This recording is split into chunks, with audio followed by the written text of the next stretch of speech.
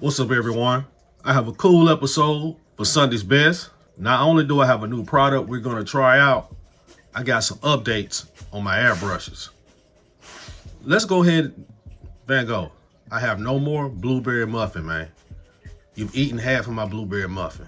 I'm sorry, y'all. My dog was by my desk sniffing while I'm trying to film this video. It's over, bro. You ate half of my muffin. All right? Anyway, I'm sorry, y'all. What was I? Let's start off with the airbrushes. Now, this one is my top dog, the Gaahleri GAD 39, dual action.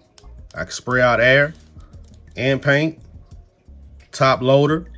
Now, I'm a big fan of this airbrush, really cool. My first quote unquote high-end airbrush. The only issue I have with it is it does not like acrylic paint. I've had to learn that the hard way. So anytime I've used a decanted rattle can paint, it has no problem with that.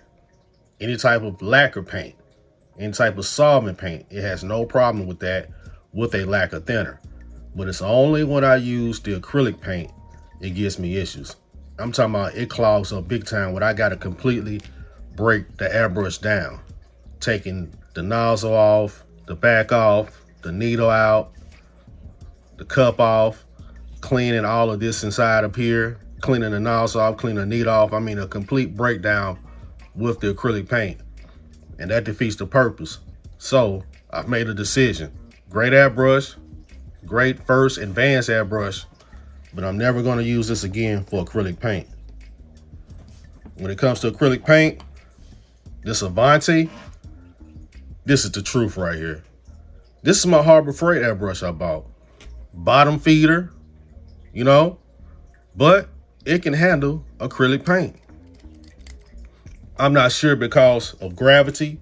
When that acrylic paint hits this way, it's more prevalent to dry quicker, but I don't have that same problem when the paint is coming from the bottom on this Avanti. So this little cool Avanti that I got because I was trying to get this bottle here, I'm going to be using this exclusively for painting acrylic paint.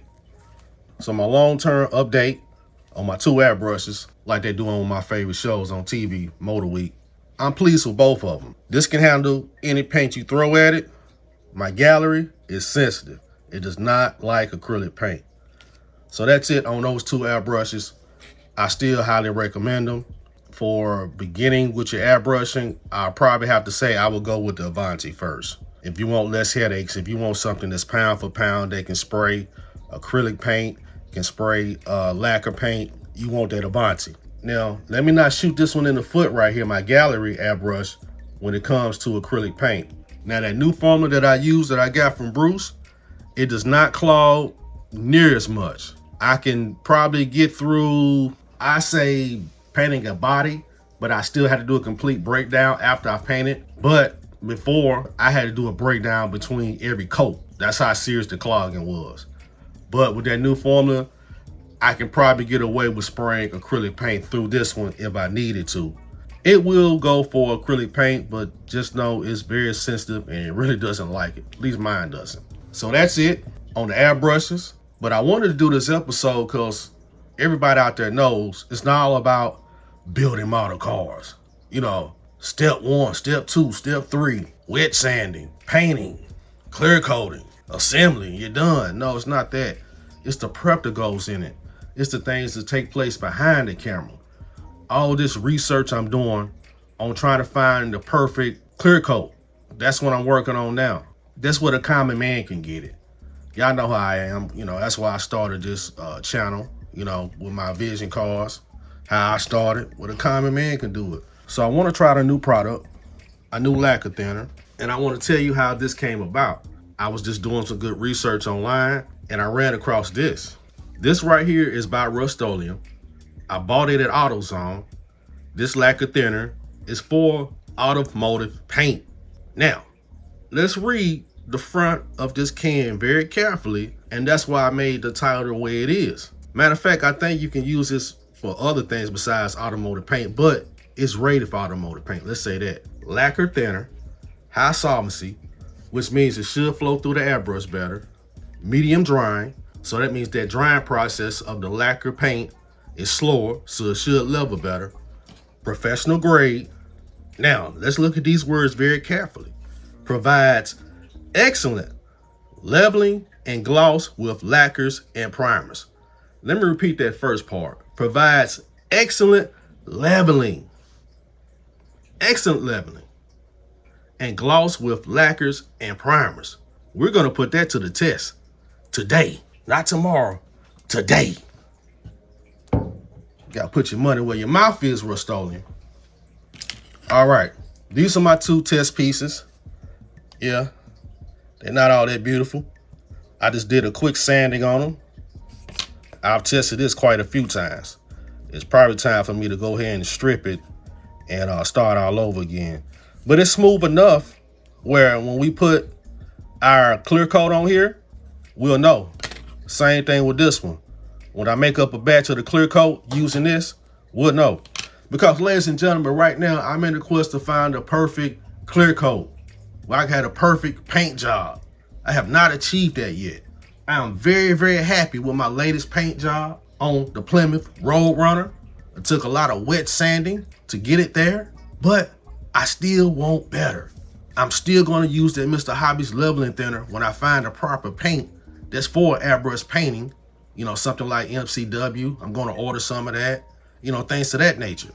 But in the meantime, I got to find something that can go with all of this rattle can paint that I have that I can decant and use. So I'm still on that quest, still doing research, and hopefully we have a winner. So next thing I need to do, I'm going to go ahead and make up a batch of my Duplicolor 1K Clear. As you know, that's for automotive paint. And we're going to do 2 parts, 1K Clear, and we're going to do 1 part lacquer thinner. All right, we back. I don't know about y'all, but I'm very excited to see how this is going to turn out. And check out my makeshift measuring cups here. The only thing I do is take a ruler, measure out what I want. Like this right here is 1 centimeter. That's going to be my 2 parts. This right here is 5 millimeters, which is, of course, half a centimeter. 2 parts 1K Clear and 1 part lacquer thinner. Okay. Then normally I double cup these up because as you can see, it will eat through the cup. So use 2 cups with this. All right, here we go. 2 parts clear coat, 1 part Rust-Oleum lacquer thinner, well, they version of a leveling thinner, hopefully. Swigging around. Man, that looks like some of that good stuff they make where my dad's people's from. My dad's people's from Lynchburg, Tennessee. So you put 2 and 2 together. All right, I think we got that mixed up good enough. And it's time to head to the airbrush and see what we got.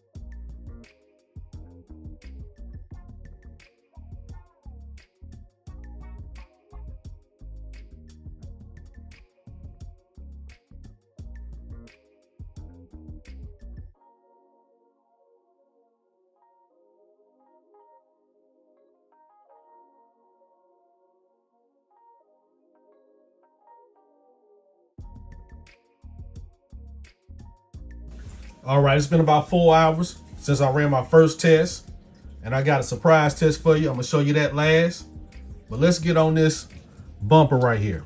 You see how smooth that is, ladies and gentlemen? You see those flakes in there? Absolutely, absolutely zero orange peel. smooth as butter. I also cheated a little bit on this piece. I tested out a new piece of equipment.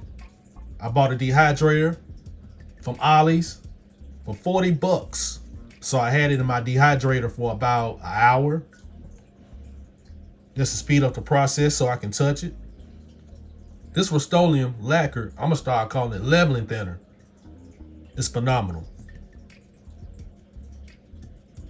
Absolutely phenomenal. Now let's check out this other piece. This is an outlier. Reason being, I went super heavy on this just to push it to the limit. See will it run. It wouldn't even run. And as y'all know, it's plenty of blemishes under this paint. And it tried its best to level it out. That's fantastic right there. Now it's a final test to push this to the limit and see what it would look like on a body. I've got a couple of unfinished kits that I pretty much use for testing. And this Camaro body right here is one of my test kits. And I smoothed it out just a little bit with 1,000 grit sandpaper. Not very good, because I wanted to see would it level out the flaws in this paint job. Will y'all look at the results I got on this car?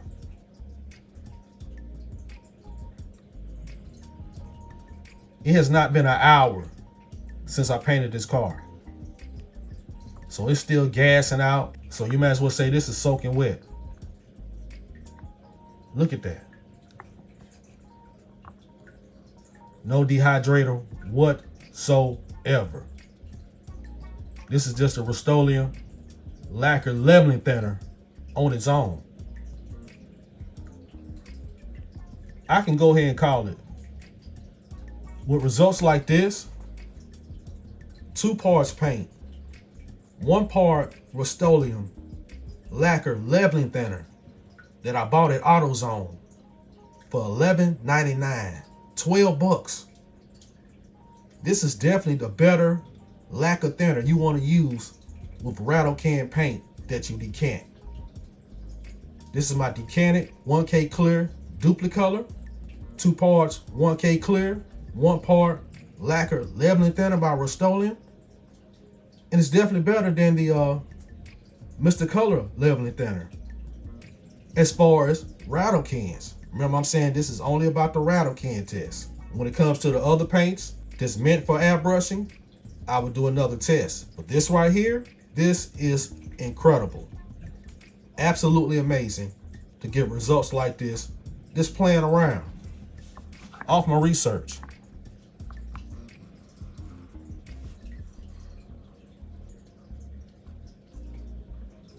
I wouldn't even wet sand this.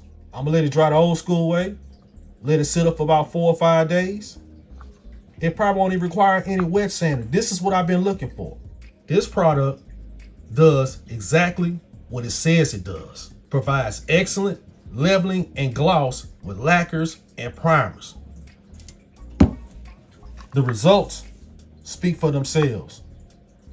I am so excited to use this product on my next build. And we're really going to get to the bottom of this. But everyone out there, if you know about this Rust-Oleum lacquer leveling thinner, please let me know. If you don't know about it, please try it out. AutoZone, 12 bucks. How can you beat that? Let's get to building.